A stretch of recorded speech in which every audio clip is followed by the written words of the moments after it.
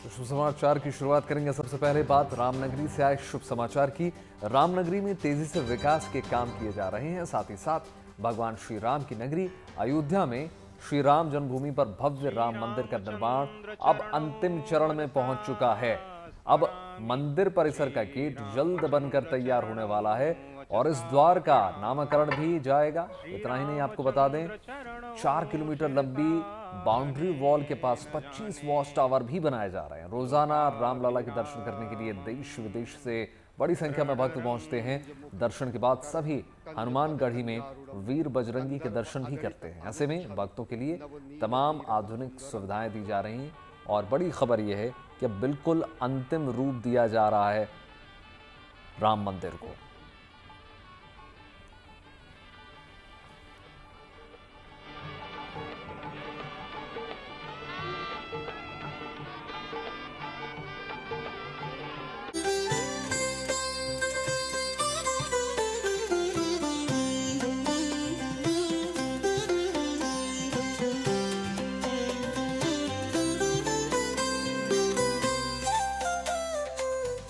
अयोध्या भारत की धार्मिक आध्यात्मिक संस्कृति की वो धुरी है जो आज पूरी दुनिया को अपनी ओर आकर्षित कर रही है। देश दुनिया से यहां आने वाले श्रद्धालुओं को रामलला के दर्शन के साथ ही संपूर्ण राम संस्कृति की अनुभूति हो, इसके लिए लगातार कोशिशें जारी हैं।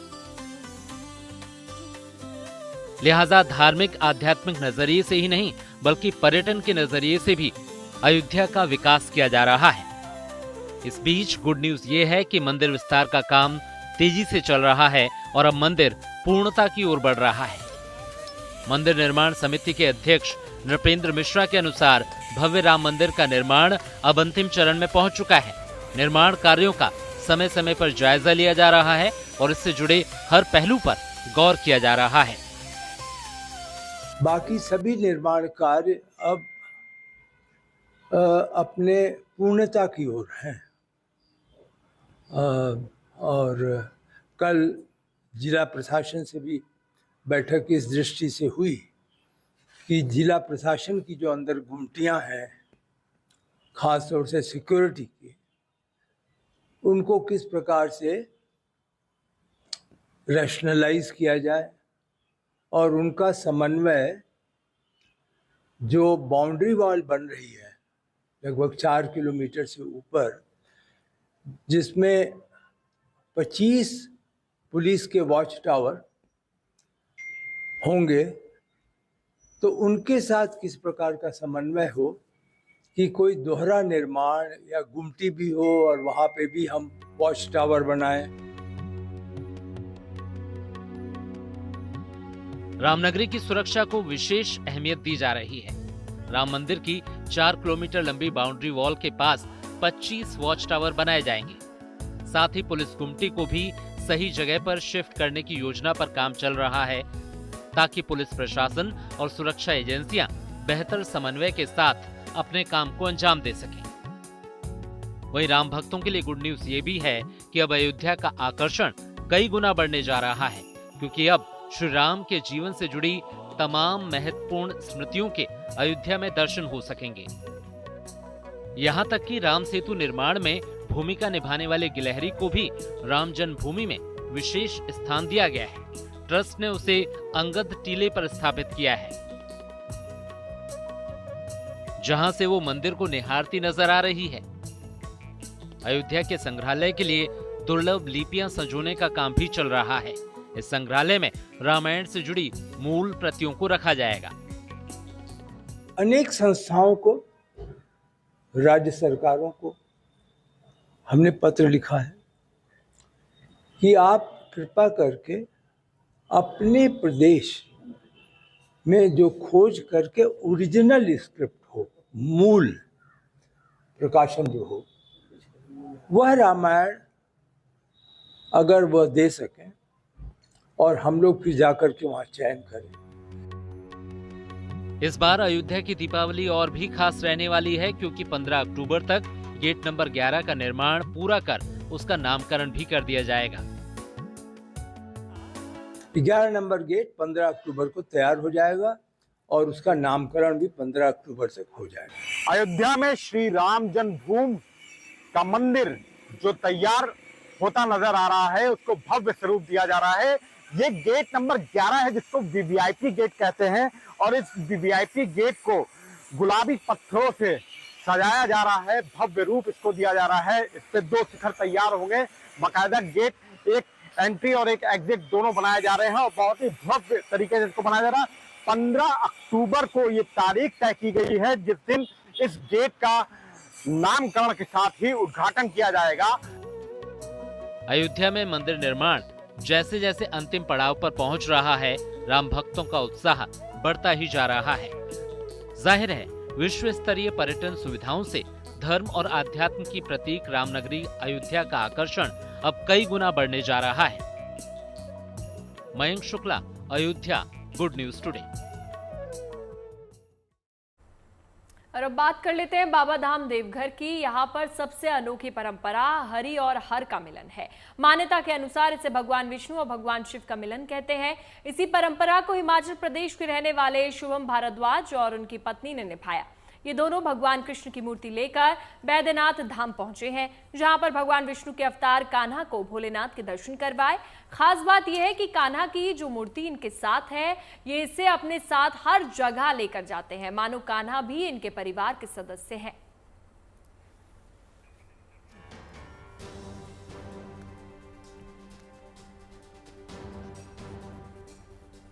और बात करेंगे पितृपक्ष की। ये समय पितरों को याद करने का है, उनके लिए कुछ खास करने का है। आज भी घाटों और मंदिरों में श्रद्धालु बड़ी संख्या में नजर आए। देश भर में श्रद्धालु अपने पितरों को प्रसन्न करने के लिए इसके विधि विधान में जुटे हुए हैं और पितृपक्ष के पावन अवसर पर देश भर में पवित्र नदियों में लोग डुबकी लगा रहे हैं। धर्मनगरी हरिद्वार से रामनगरी अयोध्या तक लोग पितरों को श्रद्धांजलि अर्पित करने, उनका तर्पण करने और पिंडदान करने के लिए पहुंच रहे हैं, ताकि पितर जो हैं प्रसन्न हो सकें और जीवन में खुशहाली का वरदान दें। जो तस्वीरें आपको टेलीविजन स्क्रीन में दिखा रहे हैं, पितरों का समय है, उनके श्राद्ध का समय है, और ऐसे में तमाम श्रद्धालु पहुंच रहे हैं और बढ़ चढ़ कर विधि विधान के साथ पूजा अर्चना कर रहे हैं। उनके तर्पण के लिए, पिंडदान करने के लिए लगातार पहुंच रहे हैं।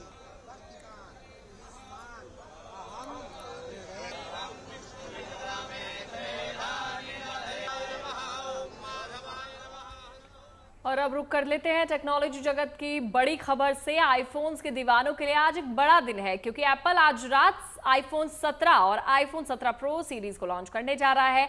एप्पल के एनुअल इवेंट में आईफोन 17 की लाइव लॉन्चिंग होगी। इस इवेंट में आईफोन 17 सीरीज के लुक, प्राइस, फीचर्स, तमाम पहलुओं से पर्दा हटने वाला है, और इसी के साथ आईफोन यूजर्स का इंतजार भी आज खत्म हो जाएगा।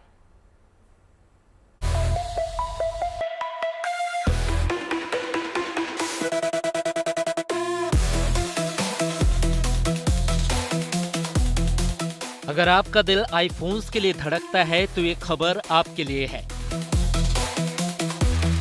इंतजार की घड़ियां खत्म हुई, क्योंकि गुड न्यूज ये है कि एप्पल आज आईफोन 17 और आईफोन 17 प्रो सीरीज लॉन्च करने जा रहा है। एप्पल आज साल का सबसे बड़ा इवेंट ऑर्गेनाइज करने जा रहा है। ये इवेंट भारतीय समय के अनुसार रात 10:30 बजे कैलिफोर्निया में होगा। कंपनी ने इस इवेंट का नाम आउटक्रॉपिंग रखा है। जाहिर है, एप्पल के सालाना इवेंट का टेक दीवानों को बेसब्री से इंतजार था, क्योंकि इसी इवेंट में आईफोन 17 सीरीज लॉन्च की जाएगी।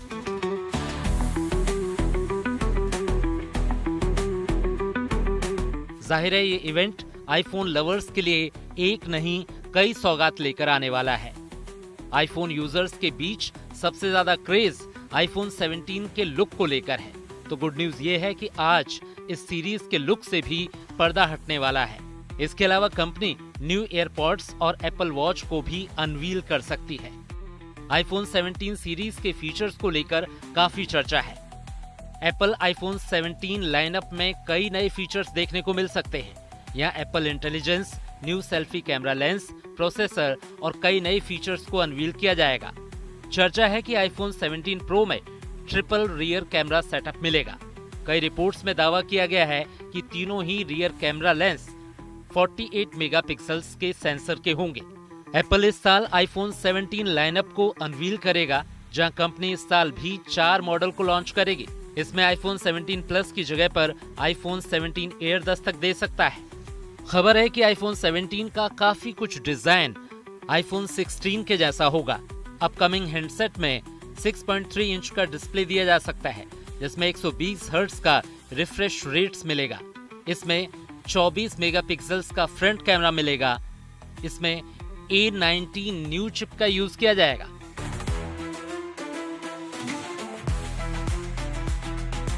कीमत को लेकर भी कई तरह के कयास लगाए जा रहे हैं। आईफोन 17 एक शुरुआती वेरिएंट होगा। कई रिपोर्ट्स में दावा किया गया है कि इस बार कंपनी कीमत में इजाफा कर सकती है। बीते साल लॉन्च आईफोन 16 की शुरुआती कीमत 799 अमेरिकी डॉलर थी। भारत में इसकी कीमत 79,990 रुपए रखी गई थी। अब आईफोन 17 की कीमत क्या होगी, उसकी ऑफिशियल डिटेल भी आज रिवील हो सकती है। यानी दिल की धड़कनों को थाम लीजिए, क्योंकि आज आईफोन 17 के लुक, फीचर्स और बाकी तमाम पहलुओं से सस्पेंस हटने जा रहा है। Bureau report, good news today. बात कुछ और खबरों की, चलते हैं सिंगापुर, जहां पर भारतीय संस्कृति की झलक देखने को मिली। इस मौके पर सिंगापुर के प्रधानमंत्री लॉरेंस वोंग का भी अलग अंदाज देखने को मिला। ये मौका आनंद कोंडाटम उत्सव का है। यहाँ पर ये सिंगापुर में तमिल समुदाय का खास आयोजन है और इसी दौरान सिंगापुर के प्रधानमंत्री ढोल बजाते हुए भी नजर आए। इसके अलावा वहाँ डांस समेत कई और कार्यक्रम भी आयोजित किए गए। देखिए रंगारंग तस्वीरें।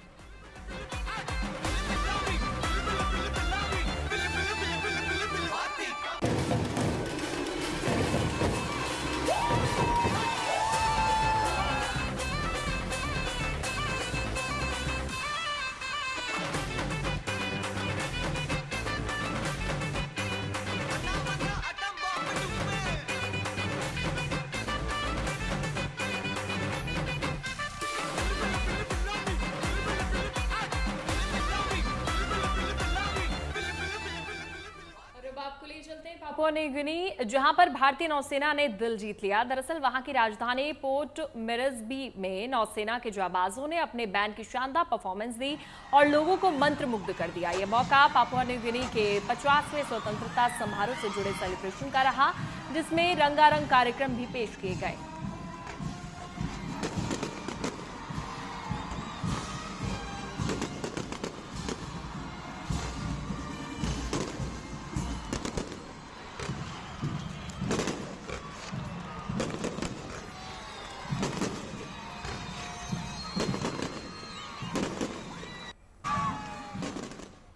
और बात करेंगे कैप्टन कूल के अनूठे अंदाज की। रांची में धोनी जब अपनी विंटेज रोल्स रॉयस में सवार होकर निकले तो फैंस उन्हें देखते ही रहे।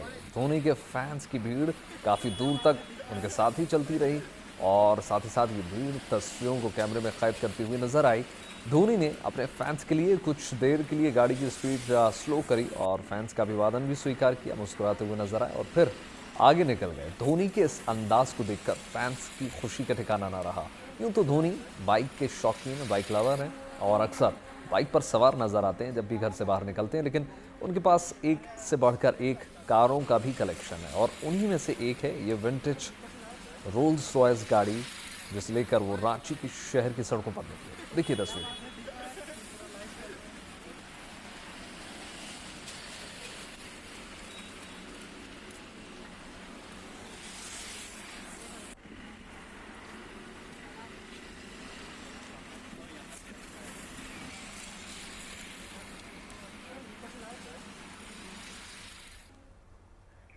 क्रिकेटर ऋषभ पंत पुरानी यादों में खो गए। पंत ने सोशल मीडिया पर कुछ तस्वीरें शेयर की हैं, जिसमें वो पेड़ के नीचे बाल कटवाते नजर आए। ऋषभ पंत ने लिखा कि बचपन की याद आ गई जब पेड़ के नीचे मैं बाल कटवाने जाता था। इस बार भी सोचा कि फिर से वही बात दोहराई जाए। साथ ही पंत ने सोशल मीडिया पर पूछा कि और कितने लोगों ने अभी कभी पेड़ के नीचे अपने बाल कटवाए हैं। पंत के मुताबिक ऐसे किस्सों के जरिए बचपन की यादें याद आती हैं।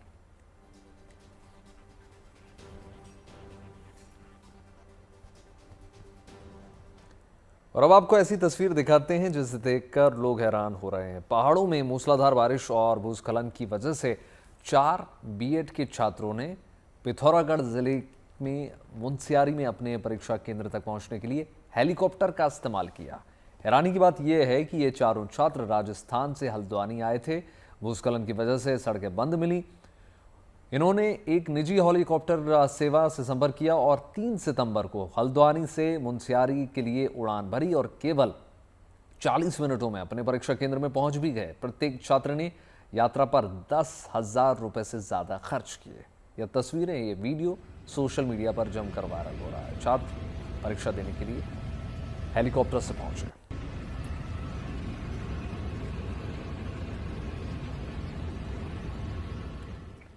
जब किसी का खोया हुआ फोन उसे वापस मिले तो उसकी खुशी का ठिकाना नहीं होता है। ऐसी खुशी दिल्ली के दक्षिण पूर्वी इलाके सरिता विहार में लोगों के चेहरे पर देखने को मिली है, जहां पर पुलिस ने चोरी हुए 150 मोबाइल फोन को उनके मालिकों को सौंपा।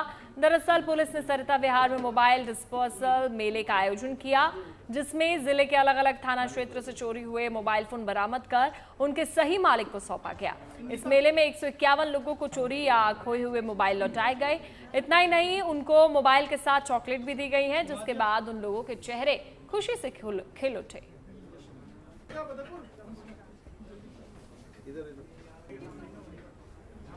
बहुत अच्छी लग रही है, मतलब it's been a great work. बहुत अच्छा लगा और इनने बहुत अच्छा ट्रीट भी किया। मतलब उम्मीद नहीं थी कि वापस मिलेगा, बट इनके सोर्सेज से और नेटवर्क से मिल गया। बहुत अच्छा कोऑपरेशन, बहुत बढ़िया। तो मतलब ये था कि दिल्ली में आए थे, घूम रहे थे, वहाँ पे क्या कहते हैं फोन चोरी हो गया था, पर दिल्ली पुलिस का मतलब तहे दिल से धन्यवाद। इन्होंने एक्सपीरियंस हमारा बिगड़ने नहीं दिया। दिल्ली ने मेहमान नवाजी अच्छी करी। और आज मुझे बहुत खुशी हुआ है कि टोटल 14 महीने के बाद मुझे जामिया नगर से कॉल आता है कि आपका मोबाइल फ़ोन गायब हुआ है। हमने कहा कि हाँ, मेरा मोबाइल फ़ोन गायब हुआ था, तो क्या आपका मोबाइल फ़ोन मिल गया, आप जामिया नगर थाना आ जाइए।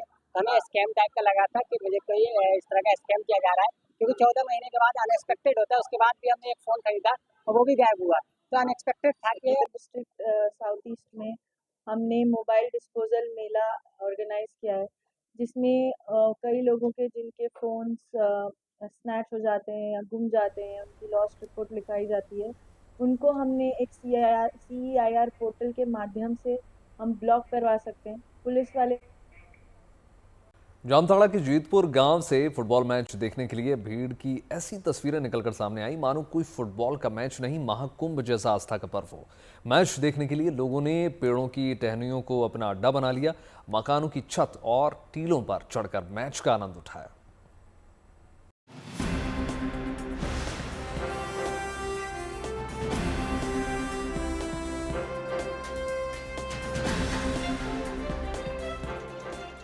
पेड़ों की टहनियों पर लटकी ये जुनूनी लोगों की भीड़ है। कोई छाता लेकर पेड़ की ऊंची शाख पर बैठा है, तो कुछ टहनियों पर खड़े हैं और कुछ दीवारों पर खड़े हैं, जिसको जहां जगह मिली बस अपनी जगह पक्की कर ली। मजेदार बात यह है कि यहाँ जमा लोग किसी क्रिकेट मैच को देखने नहीं आए हैं, ये क्रेज फुटबॉल मैच के लिए है। ऐसा भी नहीं है कि इस मैच में रोनाल्डो और मेसी जैसे सितारे खेल रहे हों। यहाँ लोकल टीम के बीच फुटबॉल मैच खेला जा रहा है। फुटबॉल की दीवानगी के बीच ये भीड़ अपने लोकल हीरोज का मनोबल बढ़ाने यहाँ पहुंची है। तस्वीरें झारखंड के जामताड़ा जिले के जीतपुर गांव की है। यहाँ फुटबॉल टूर्नामेंट का आयोजन हुआ और मैच देखने के लिए उमड़ी भीड़ ने हर किसी को हैरान कर दिया। दर्शक मैदान तक ही सीमित नहीं रहे, लोगों ने मकान की छतों, पेड़ की टहनियों और टीलों पर चढ़कर मैच का आनंद उठाया। भीड़ इतनी ज्यादा थी कि बल्लियों से बनाई गई अस्थायी गैलरी टूट गई, बैरिकेडिंग भी टूट गए। मैदान तक पहुंचने के लिए 1 किलोमीटर लंबा ट्रैफिक जाम लगा, लेकिन इन तमाम मुश्किलों के बावजूद मैच के लिए इन लोगों का उत्साह देखने लायक था। क्रिकेट के क्रेज के लिए जाने जाने वाले इस देश में फुटबॉल को लेकर ये जुनून बताता है कि खेल चाहे कोई भी हो, खेल के दीवानों के लिए ये किसी त्योहार से कम नहीं है। जामताड़ा से देवाशीष भारती के साथ bureau report, good news today. और अब आपको एक ऐसे स्कूल में लिए चलते हैं जो चेस की नर्सरी बन चुका है, जहां पर हर बच्चा शतरंज खेलने में माहिर है और भविष्य में चेस की दुनिया में नाम रोशन करने के लिए खुद को तैयार कर रहा है।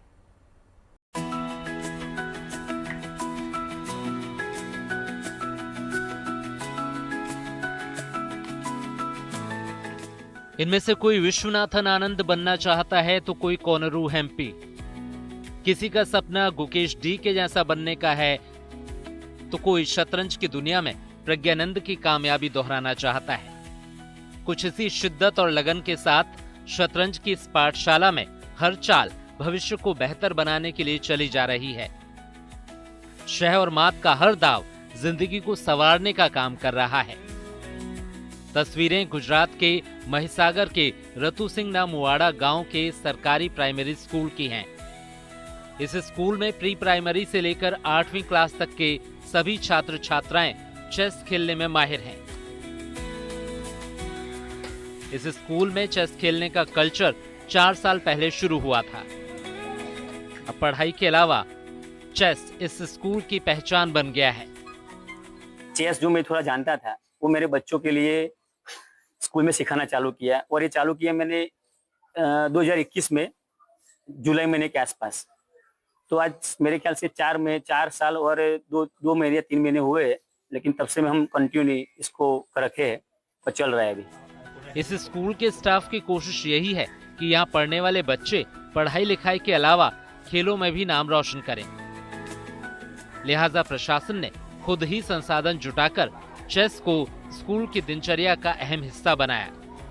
वैसे तो हम एजुकेशन में कोई कॉम्प्रोमाइज नहीं करते पढ़ाने में। जब रिसेस का टाइम होता है, मतलब ब्रेक होता है, उस समय जो बच्चे खाना खाते हैं, खाने खाने के बाद बच्चों को सारे टीचर और बच्चे खुद यहाँ खेलने बैठते हैं, तो वो 30 मिनट 35 मिनट 40 मिनट का सरस टाइम मिल जाता है उस टाइम। तो उस टाइम बच्चों को खिलाते हैं, और उससे हमारा मतलब जो सपना है वो पूरा नहीं होता कि जो काम करना है। तो मैंने क्या किया, फिर जो छुट्टियां होती है, जैसे कि संडे है या कोई त्यौहार आ गया, दिवाली हो उसकी छुट्टियां होती हो, या फिर उत्तरायण है, होली है, उस टाइम भी हम स्कूल में आते हैं। जो समर वैकेशन होता है उस टाइम भी छुट्टी में हम स्कूल में आते हैं, और पूरा दिन छुट्टी में स्कूल में रहते हैं और बच्चों को चेस सिखाते हैं। अब यहाँ के बच्चों को इस खेल में अपना भविष्य दिखने लगा है। इन्हें लगता है कि अगर ये चेस में अच्छा प्रदर्शन करेंगे तो भविष्य में इन्हें आगे बढ़ने के, पढ़ने के अच्छे अवसर मिलेंगे। DLS में जाने के बाद हमें रोज सुबह शाम प्रैक्टिस करते हैं, और मेरा गोल है कि मैं GM बनूं। मैं जब 6ठी कक्षा में आया तो यहाँ पे बताया चला कि चेस भी सिखाते, तो मैं रोज स्कूल में आता था चेस खेलने के लिए, और रिसेस दरमियान हम चेस खेलते थे। तो मैं घर पे भी प्रैक्टिस करता था। मुझे पता नहीं था कि चेस में ऐसे होता है, आगे बढ़ा जाता है। इसी जुनून के बूते महिसागर का ये प्राइमरी स्कूल खास पहचान हासिल कर रहा है, जहां पढ़ाई लिखाई के अलावा स्पोर्ट्स कल्चर को भी तवज्जो दिया जाता है, ताकि बच्चों का ओवरऑल डेवलपमेंट हो सके और हर फील्ड में वो बेहतरीन प्रदर्शन कर सके। Virendra Joshi, Mahisagar, good news today. फिलिस्तीन के लोकप्रिय आइसक्रीम पार्लर काज़म ने संयुक्त अरब अमीरात में अपना आइसक्रीम पार्लर खोल दिया है। अपने बेमिसाल स्वाद के लिए काज़म आइसक्रीम पार्लर ने यहाँ के लिए ग्राहकों के दिलों में अपनी अलग पहचान बना ली है। क्या है काज़म आइसक्रीम पार्लर के उतार चढ़ाव की खट्टी मीठी कहानी, आइए आपको इससे रूबरू कराते हैं।